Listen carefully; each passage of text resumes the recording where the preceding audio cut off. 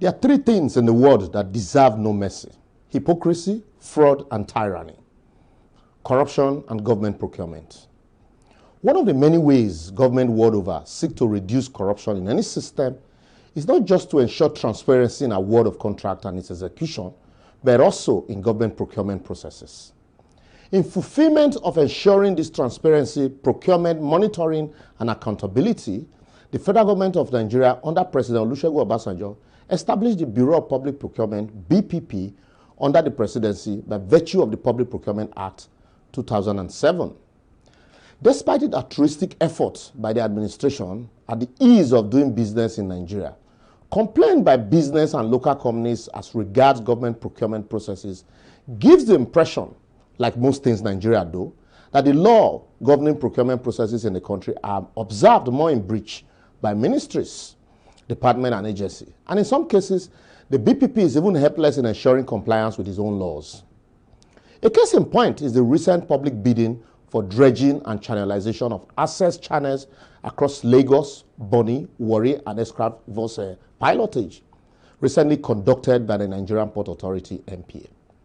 Sometimes in December 2019, NPA had sought a certificate of no objection from the BPP for approval of some companies as preferred bidders in a selective bidding process for the dredging of the said access channels referred to above.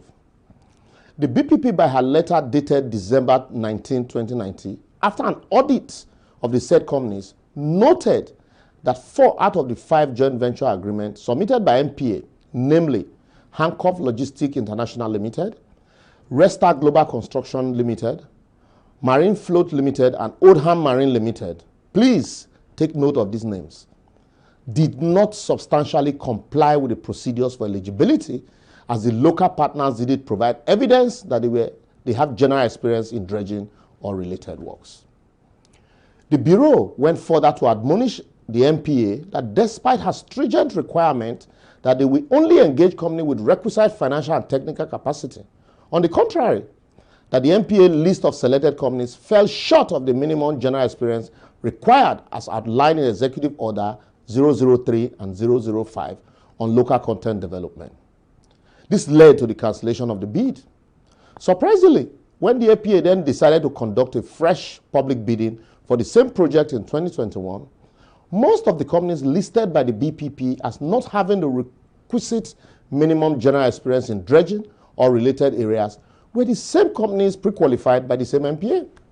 For example, for Bonny pilotage, same Oldham Marines Limited, in partnership with Bell Sea Limited and Badawaka, were pre-qualified. Sadly, the initial contract for dredging of the same Bonny was awarded to Dredging International Services Nigeria Limited. The said Dredging International Services Limited, Bell Sea Limited, and Bagawaka are all owned by the same parent, Deme Group. For the Lagos pilotage, while Del Pasa Maritime International Limited, that had been maintaining the channel for the past 5 years, wasn't pre-qualified, yet Hancock Services Nigeria Limited was. You can say what a coincidence. I'd imagine with you too. One is better left to imagine the requirement for this pre-qualification when local companies like EA Temile and Sons Development Nigeria Limited and Vanon Nigeria Limited with dredging capacity are disqualified, yet companies without dredging experience such as AA Rano Nigeria Limited are pre-qualified for Warri pilotage. Connections at the top, you would say. So what's the essence of public bidding?